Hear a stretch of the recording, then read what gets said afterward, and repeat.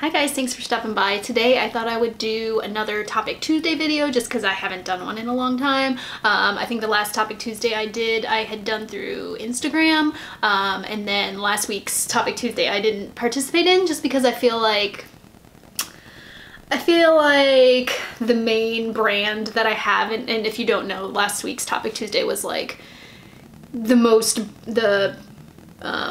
popular brand in your collection and like 5 of your favorites. And I feel like I've done quite a few videos in the last couple weeks, or in the last couple months, featuring some of my favorite Zoyas. And I mean, Zoya's hands down like the most what is the word I'm trying to think of?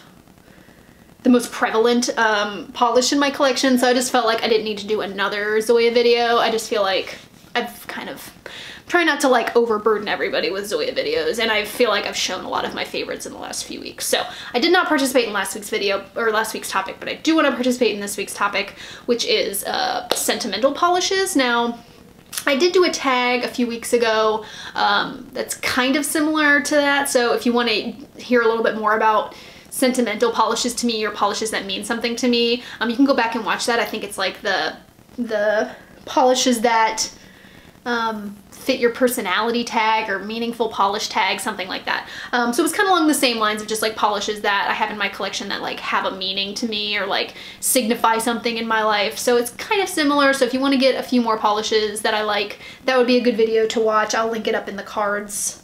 So that way you have access to it. But this one, I don't have as many because I didn't want to go crazy with, you know, polishes.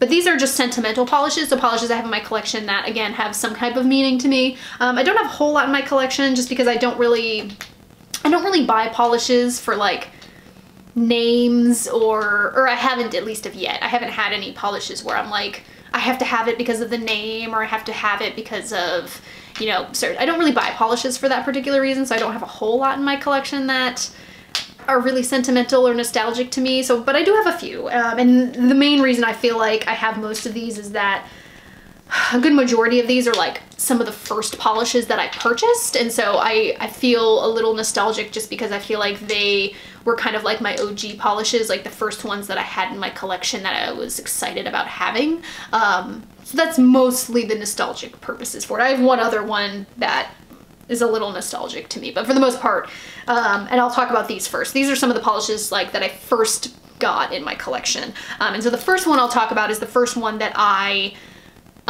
this is I think the first Zoya that I ever got. And I talked about it a little bit in my meaningful nail polish tag. Somebody had gotten an Ipsy bag. A friend of mine had gotten an Ipsy bag, I think is what it was. And there was a Zoya polish in there and she gave it to me. And at the time, I didn't really have any nail polish. I had kind of thrown away all of my drugstore polishes, and I had gone into I couldn't really find any polishes that were like chemically free, or that were like, you know, cruelty free, you know, stuff like that. So I had thrown away a whole bunch of like any nail polish I had had in the past that were mostly drugstores, I threw away.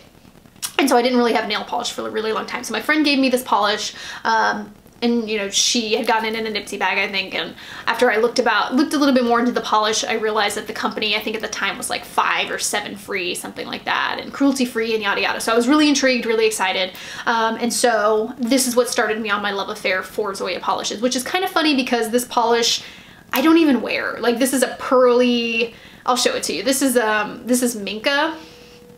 And Minka, I can't even tell you the last time I wore Minka. It's this like almond cream polish with like this pearl, I don't know if you can see it there. It's got this like pearl finish to it. This is not me at all. Like, I just, like, this polish I don't wear ever, just because I don't really care for frosty type pearl finishes. But I keep it in my collection just because it's my own, it's like the first Zoya that I ever got. And like I said, I can't remember the last time I wore it. So the fact that like it's this color that I never wear, that I don't even care for. What are you doing? Jumping, fatty? Oh yeah. It's just a polish I would never like gravitate towards, and the fact that it brought me into Zoya polishes and collecting nail polish I just think is kind of funny. So I keep it in my collection just because it's for nostalgic purposes. I look at it and it kind of makes me smile sometimes. So that is Minka. And then 2 other polishes that I picked up around the, you know, when I first started collecting. I feel like this is probably the first Zoya that I bought. And this is Daul. And something about Daul just like called my name. I mean, you know, obviously because it's a purple, but it's got this glass fleck gold shimmer that runs throughout, and it's super pretty. It's like a warm purple. Even though it looks kind of cool in the bottle, it does have a little bit of like a pink, like a warmer quality to it. But this was like the first Zoya that I remember like going to the store and like I saw it and I was like, ah, I need that polish right now. So that holds a special place in my heart of just like, you know, a polish that my first Zoya that I actually bought. Same with this polish. I'm pretty sure, I can't remember exactly when I got this, but I'm pretty sure this was a close second to me. And so this is Natty. And I talked about this in my, Natty's one of my top favorite Zoyas of all time, and it's just one of the first Zoyas that I remember buying, and the fact that it's like this denim blue, it's one of the first blues that I added to my collection that I actually really liked, just because it's like this denim kind of muted, dusty kind of quality to it. So Natty always holds a special place in my heart. And then the one non-Zoya polish that I have that means a lot to me is this polish that I want to say I even got this before even getting Zoyas. I think because when I first started getting polish, after I had done my whole like completely like purge of all of my older polishes, Butter London was one of the first polish brands that I came across that I knew like was cruelty free and kind of like non-chemically free. And so I had gotten quite a few Butter Londons, and over time I've kind of grown out of my love for Butter Londons just because of the price and the quality of the polish. I just don't think I can't really justify the quality of the polishes anymore for how much that they cost. But at the time, they were one of the few brands that I knew about, so I would buy them all the time just because it was the only nail polish brand that I knew of that I could wear and feel, you know, feel good about. So like I said, I had a whole bunch of Butter Londons, and over time I've gotten rid of most of them. I think maybe I have like 2 or 3 in my collection at this point. But this is one of the first ones that I bought from Butter London. And I believe a beauty vlogger had recommended this polish. And I love this polish so much. It's always going to be in my collection. I just think it's a beautiful color. And this is called Yummy Mummy.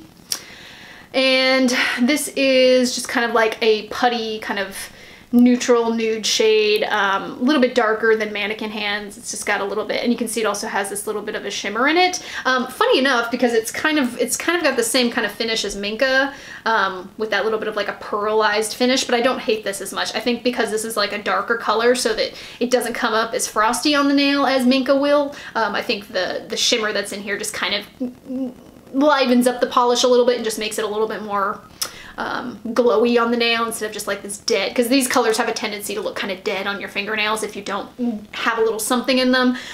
So I don't mind the shimmer in this, and I just, every time I wear this, I love this color so much. So this is the color I'll always have in my collection, just because it's one of the first nail polishes I purchased, you know, after my purge of nail polishes. So that is Yummy Mummy from Butter London. And then the last one is one that I talked about recently. It's the polish I wore on my wedding day, and it's also the polish that I wore when I got engaged. So funny enough, and that's Zoya Rue.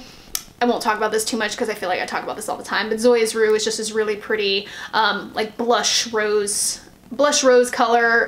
It's basically like a taupey kind of neutral shade, but it does have just like a hint of like a rosy pink to it. So I just think it's so beautiful, so dainty, so girly. I just think it's a beautiful kind of classic nail. And I chose to wear it on my wedding day. When we got engaged, it's a funny story. When we got engaged, I feel like when we left, so we got engaged in Washington, D.C. I am a librarian by trade, so my husband thought it would be a cute story for us to get engaged at the Library of Congress. And so I kind of had an inkling that something was happening that weekend, so I kind of knew to kind of prepare and like bring stuff just in case.